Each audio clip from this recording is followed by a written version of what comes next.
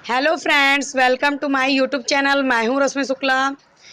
तो 69,000 भर्ती का जो काम था वो पूरी तरह से समाप्ति की ओर है, क्योंकि अब सर्वर भी चलने लगा है तो कुछ लोगों के फॉर्म भरने शुरू हो गए हैं। कल से और अच्छा चलेगा तो अच्छे से फॉर्म 26 तक भर जाएंगे। तो अब हम सुपर टेट की तैयारी कराने के लिए आप लोगों के साथ जुड़ चुके हैं दोस्तों। तो आपको डेली का daily super TET, C TET and TET से रिलेटेड आपको कमेंट सेक्शन में आप कर सकते हैं कि आपको जिस टॉपिक पे चाहिए। तो कमेंट सेक्शन पे जाके अगर आप सी टेट पढ़ना चाहते हैं तो सी टेट के लिए कमेंट करिए। अगर आप सुपर टेट की तैयारी करना चाहते हैं तो सुपर टेट के लिए, आप टेट की प्रिपरेशन करना चाहते हैं तो टेट के लिए आप कमेंट कर सकते हैं दोस्तों। अभी तक मेरे चैनल को सब्सक्राइब ना किया हो तो सब्सक्राइब कर लीजिए, साथ ही साथ बेल आइकन को प्रेस कर लीजिए सबसे पहले प्रिपरेशन करने के लिए दोस्तों, साथ ही साथ 69,000 अपडेट पाने के लिए। तो आज ये पार्ट 4 है आपका एसएसटी का टॉपिक, भारतीय स्वतंत्रता संग्राम। तो आप सोच रहे होंगे इतना लंबा टॉपिक, तो ये लंबा ही है टॉपिक। आपको पार्ट 1 मैंने करा दिया है, पार्ट 1, पार्ट 2 करा दिया है, पार्ट 3 करा दिया है, पार्ट 4 की बारी। तो बहुत बड़ा चैप्टर था दोस्तों ये। तो आपको एक्सप्लेनेशन की बहुत ज़रूरत है, सुपर टेट में आपको एक्सप्लेनेशन की बहुत ज़रूरत है। तो जब आप टॉपिक वाइज पढ़ेंगे, चैप्टर वाइज पढ़ेंगे, डीपली नॉलेज रहेगा तो आप अच्छे से क्वेश्चन कर सकते हैं और एसएसटी भी आपको बहुत अच्छे से आने लगेगी। एसएसटी ऐसा सब्जेक्ट है जो हर एग्ज़ाम में, वनडे एग्ज़ाम में पूछा जाने वाला है और आपका पीसीएस के लिए भी बेनिफिट कराएगा। तो आप अभी से बेसिक करते चलिए, तो आप पहले प्राइमरी के टीचर बनिए, बाद में आपको पीसीएस के लिए भी यही आपका एसएसटी बेसिक लेवल का प्री के लिए काम करेगा। उसके बाद आपको हम पार्ट 4 स्टार्ट करते हैं और डिस्क्रिप्शन में फ्रेंड्स आप देख सकते हैं, डिस्क्रिप्शन में जाके पार्ट 1 आपको प्रोवाइड कर दिया जाएगा, डिस्क्रिप्शन में लिंक शेयर कर दी जाएगी। तो पार्ट 1, पार्ट 2, पार्ट 3 और ये पार्ट 4 अगर आपने नहीं देखा है, पार्ट 1, पार्ट 2, पार्ट 3, तो आप ज़रूर देखिए, क्योंकि बीच से पढ़ने में वो इंटरेस्ट नहीं होता है जब स्टार्टिंग के चैप्टर पढ़ने में होता है। तो स्टार्टिंग से आप पढ़िए, पार्ट 1, पार्ट 2, पार्ट 3 और ये पार्ट 4। तो आपको सारा ये प्रोवाइड किया जाएगा और मेन पॉइंट आप राइट डाउन करते चलिए।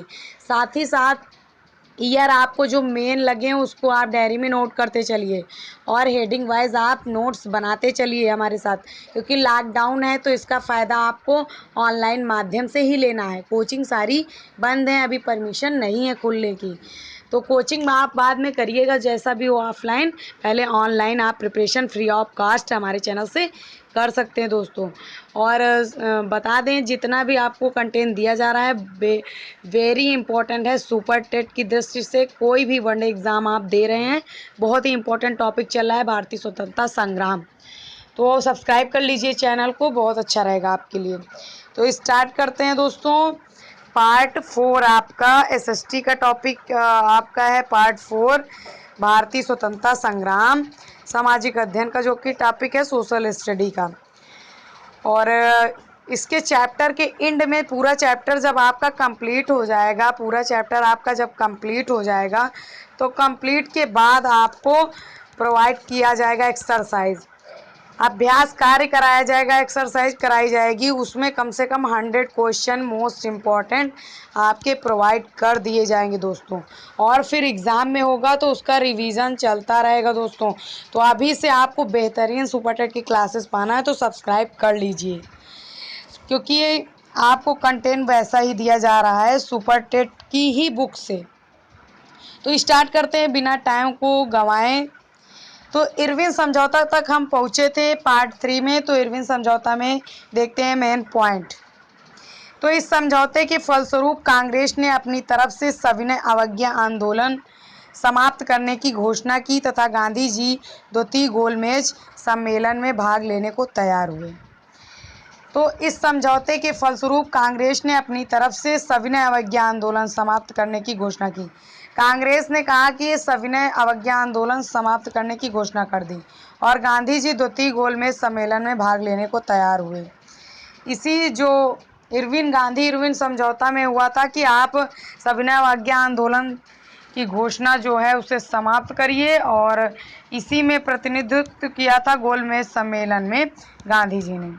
इसमें गांधी इरविन समझौता के बाद अब द्वितीय गोलमेज सम्मेलन मोस्ट इम्पॉर्टेंट सारे टॉपिक हैं, आप देखते चलिए, आपको मेन पॉइंट हम बताते चलेंगे। और दोस्तों आपके लिए नोट्स अगर बनाते रहेंगे तो आपका कहीं नुकसान नहीं होगा, आप मेन पॉइंट कर सकते हैं। बहुत ज़्यादा डीपली लिखने की ज़रूरत नहीं, एक दो बार वीडियो को देखेंगे आपको अच्छे से समझ में आ जाएंगे। और जो साथी मुझे कह रहे हैं सुपर टेट का सिलेबस प्रोवाइड कर दीजिए, तो सुपर टेट का हम सिलेबस कंप्लीटली संपूर्ण सिलेबस आपको प्रोवाइड कर देंगे दोस्तों, कि मैथ का पूरा संपूर्ण सिलेबस आपका कंप्लीटली, और साथ ही साथ सारे सब्जेक्ट 14 सब्जेक्ट का कंप्लीट पैक आपको तैयार करके देंगे सुपर टेट सिलेबस का। तो उसमें आपको पूरा सिलेबस आपका रहेगा, आपको प्रोवाइड कर दिया जाएगा। जो पहले का था उसमें मैंने सब्जेक्ट ओनली सब्जेक्ट वाइज बनाया था सिलेबस, लेकिन इस बार आपके सब्जेक्ट के साथ साथ सब्जेक्ट के टॉपिक का सिलेबस आपको प्रोवाइड कर दिया जाएगा। वो इस चैप्टर के बाद भारतीय स्वतंत्रता संग्राम जैसे ही ख़त्म होगा, ये एसएसटी का टॉपिक ये वाला जैसे ही चैप्टर ख़त्म होता है, उसके बाद हम सुपर टेट का आपको सिलेबस अच्छे से समझा देंगे दोस्तों। उसके बाद आपकी प्रिपरेशन सुचारू रूप से चलने लगेगी। सिर्फ आपको 3 जून का इंतज़ार है, 3 से 6 जून का इंतज़ार करिए। बीच बीच में 69,000 अपडेट आया करेगी, तो उससे आपको कोई प्रॉब्लम नहीं होनी चाहिए। वो भी ज़रूरी है आपको समझने के लिए क्या लग रहा है क्या नहीं, आगे की वैकेंसी के लिए रणनीति है। और आपका जो तैयारी है वो सुचारू रूप से चलती रहेगी सुपर टेट, सी टेट और टेट की।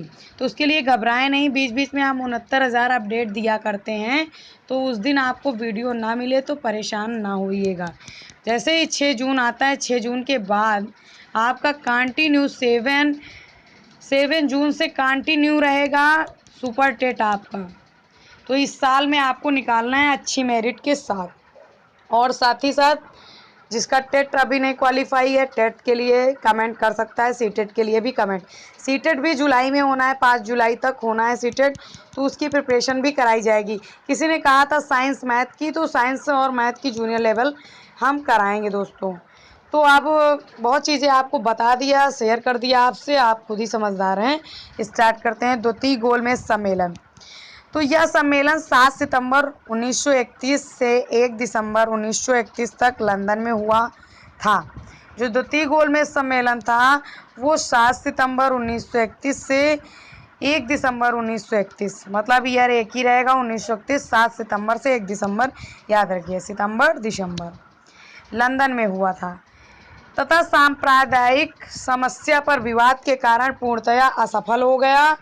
गांधी जी ने कांग्रेस के प्रतिनिधि के रूप में इस सम्मेलन में भाग लिया।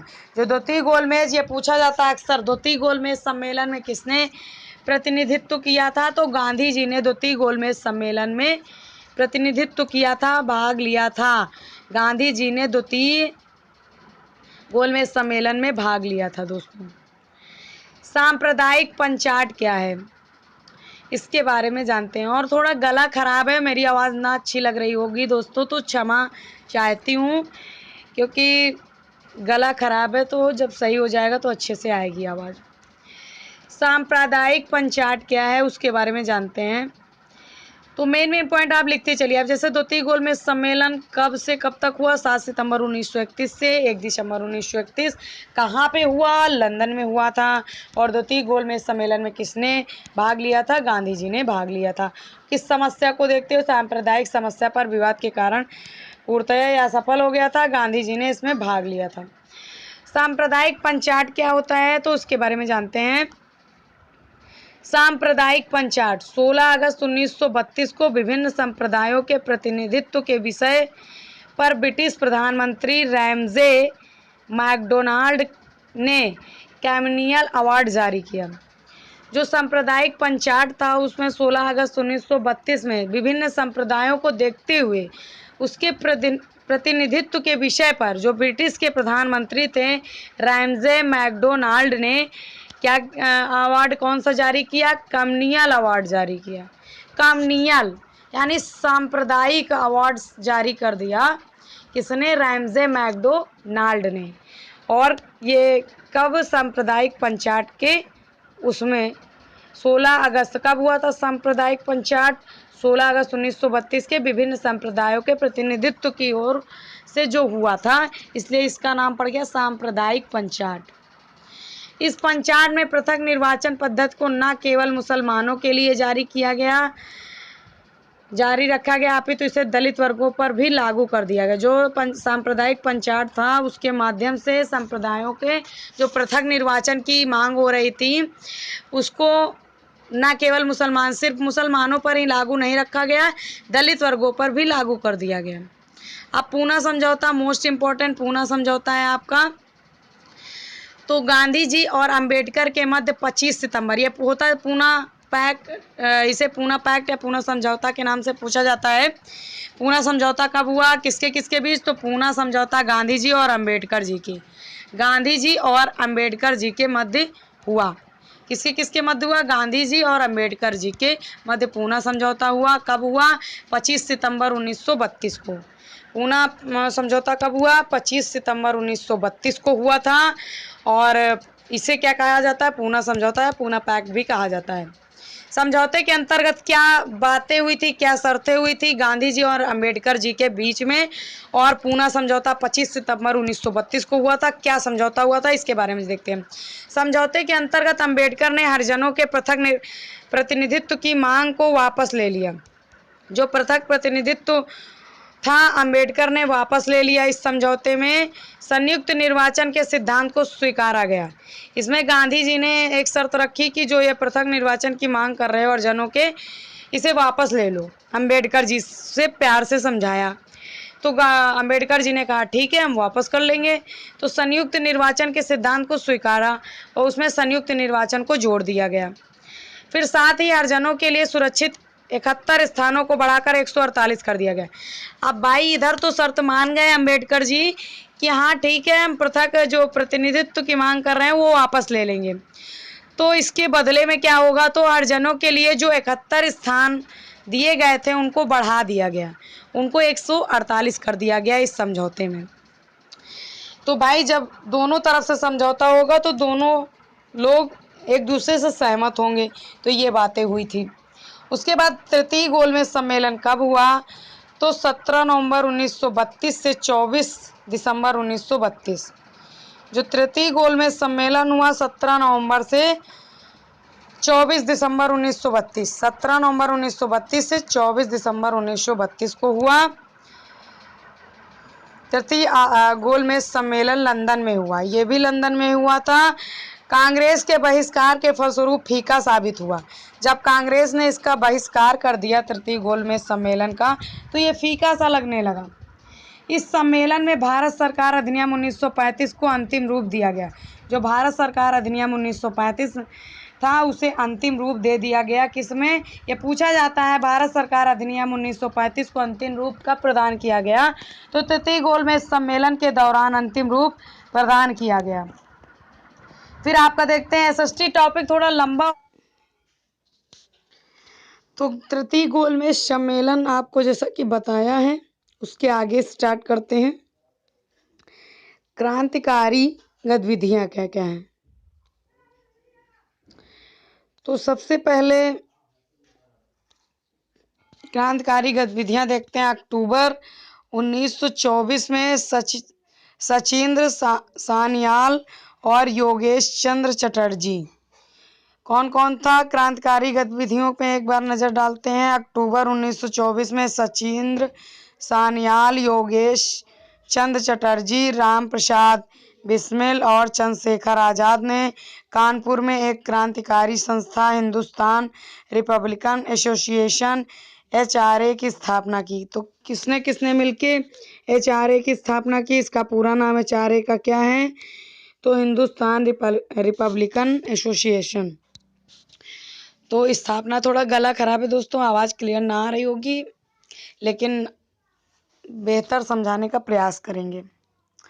तो 1924 में सचिंद्र सान्याल, योगेश चंद्र चटर्जी, राम प्रसाद बिस्मिल और चंद्रशेखर आज़ाद। ये कानपुर में एक क्रांतिकारी संस्था की स्थापना की, हिंदुस्तान रिपब्लिकन एसोसिएशन, HRA भी कहा जाता है इसे।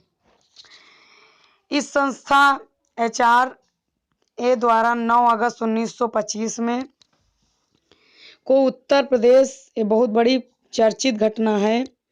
9 अगस्त 1925 में उत्तर रेलवे लखनऊ सहारनपुर संभाग के काकोरी नामक स्थान पर ट्रेन पर डकैती कर सरकारी खजाना लूटा गया था।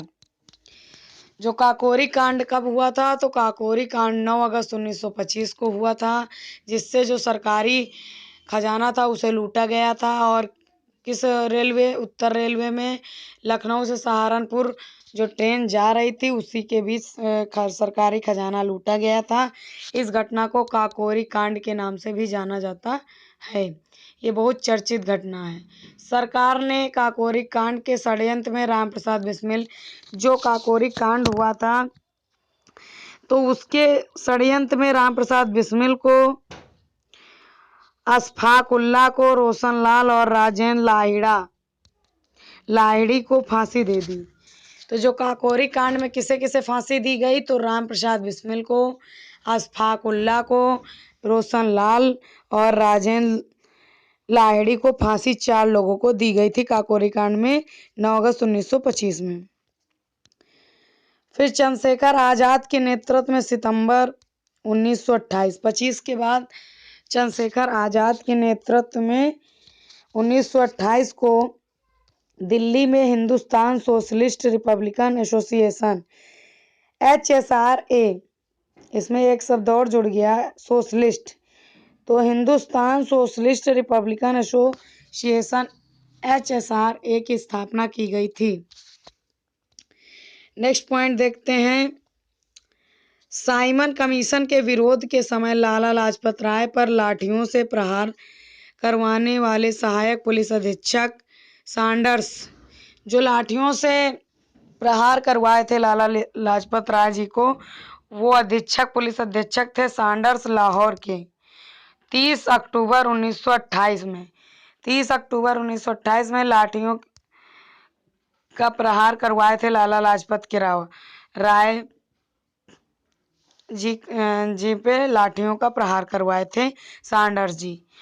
1928 को भगत सिंह, चंद्रशेखर आज़ाद और राजगुरु द्वारा हत्या कर दी गई। जो सैंडर्स थे लाहौर के, उनकी हत्या 1928 में 3 लोगों ने मिलकर किया। भगत सिंह, चंद्रशेखर आज़ाद, राजगुरु ने हत्या कर दी। फिर भगत सिंह और बटुकेश्वर दत्त ने 8 अप्रैल 1929 बटुकेश्वर दत्त और भगत सिंह ने 8 अप्रैल 1929 को केंद्रीय विधानमंडल बहस के दौरान बम फेंका।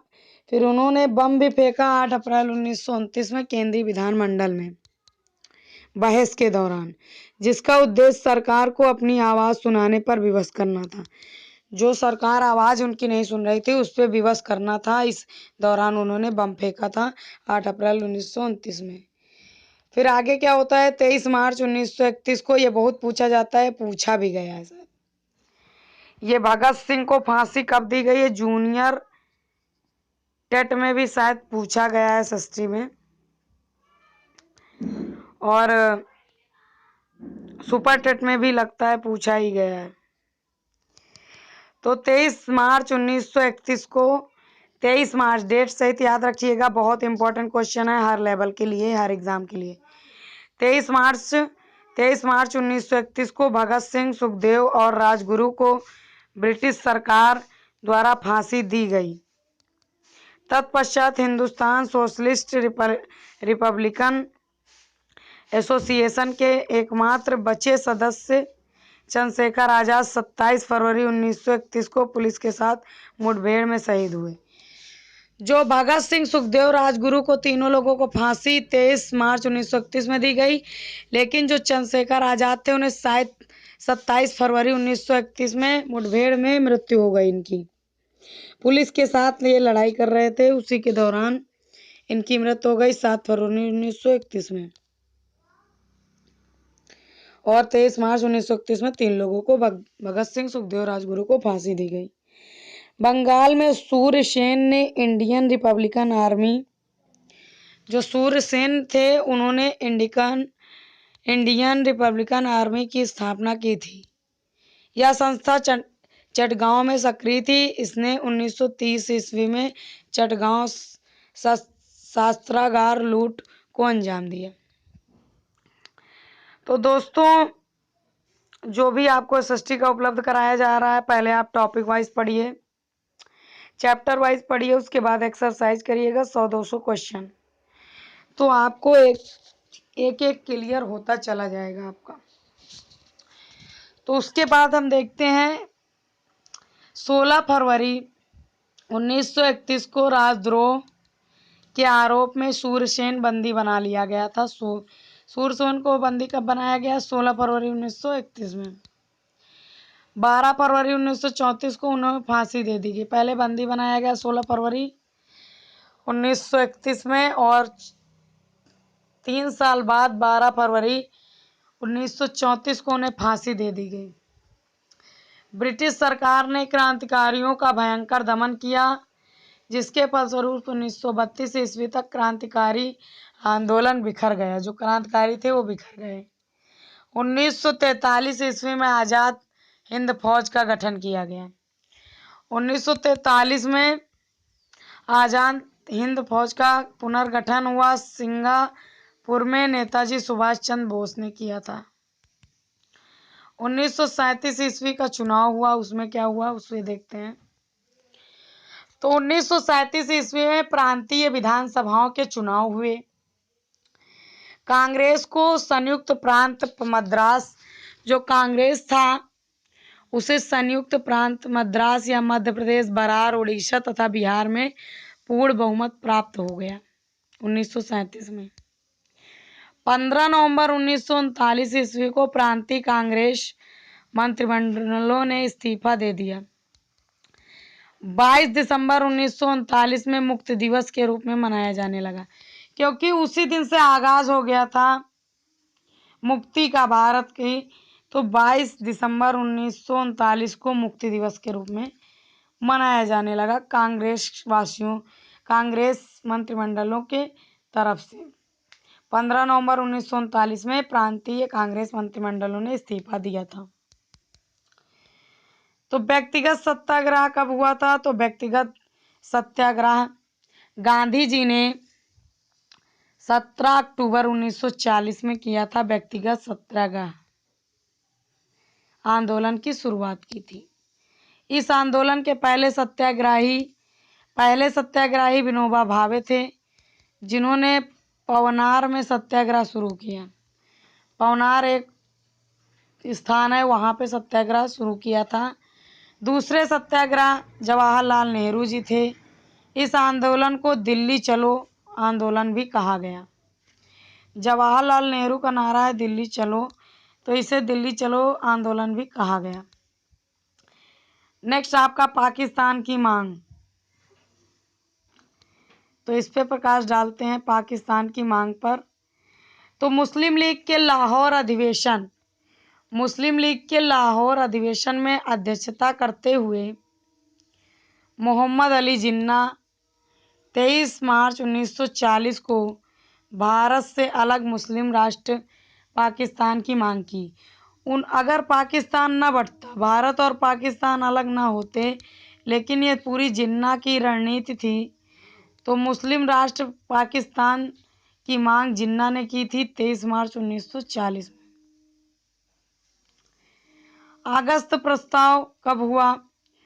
तो 8 अगस्त 1940 को भारत के तत्कालीन वायसराय लॉर्ड लिथगो ने अगस्त प्रस्ताव की घोषणा की थी। इस प्रस्ताव के मुख्य प्रावधान थे अतिशीघ्र वायसराय की सलाहकार काउंसिल के विस्तार के साथ ही कार्यकारिणी में भारतीय प्रतिनिधियों की संख्या बढ़ाना, अल्पसंख्यकों को विश्वास में लिए बिना किसी भी संवैधानिक परिवर्तन को लागू नहीं करना। इनको विश्वास में लेते थे अल्पसंख्यकों को, तभी ये आगे बढ़ते थे। लॉर्ड लिथगो जी। क्रिप्स प्रस्ताव बहुत इम्पोर्टेंट है, इस पर प्रकाश डालते हैं। थोड़ा गला खराब है तो इसलिए थोड़ा परेशानी हो रही दोस्तों, तो ज़्यादा से ज़्यादा शेयर करिएगा, कमेंट करिएगा जिस टॉपिक पे आपको वीडियो चाहिए, साथ ही साथ सब्सक्राइब भी करिएगा दोस्तों। क्रिप्स प्रस्ताव 22 मार्च 1942 को स्टैफर्ड क्रिप्स के नेतृत्व में, तो किसने क्रिप्स प्रस्ताव रखा? 22 मार्च 1942 स्टैफर्ड क्रिप्स ने के नेतृत्व में एक मिशन भारत भेजा जिसे क्रिप्स मिशन कहा गया। किसके नेतृत्व में? स्टैफर्ड क्रिप्स ने 1942 22 मार्च।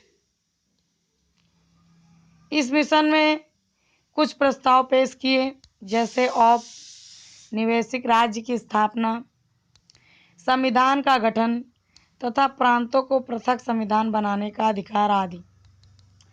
मोस्ट इम्पोर्टेंट ये क्रिप्स प्रस्ताव 22 मार्च 1942 किसका नेतृत्व? स्टैफर्ड क्रिप्स का।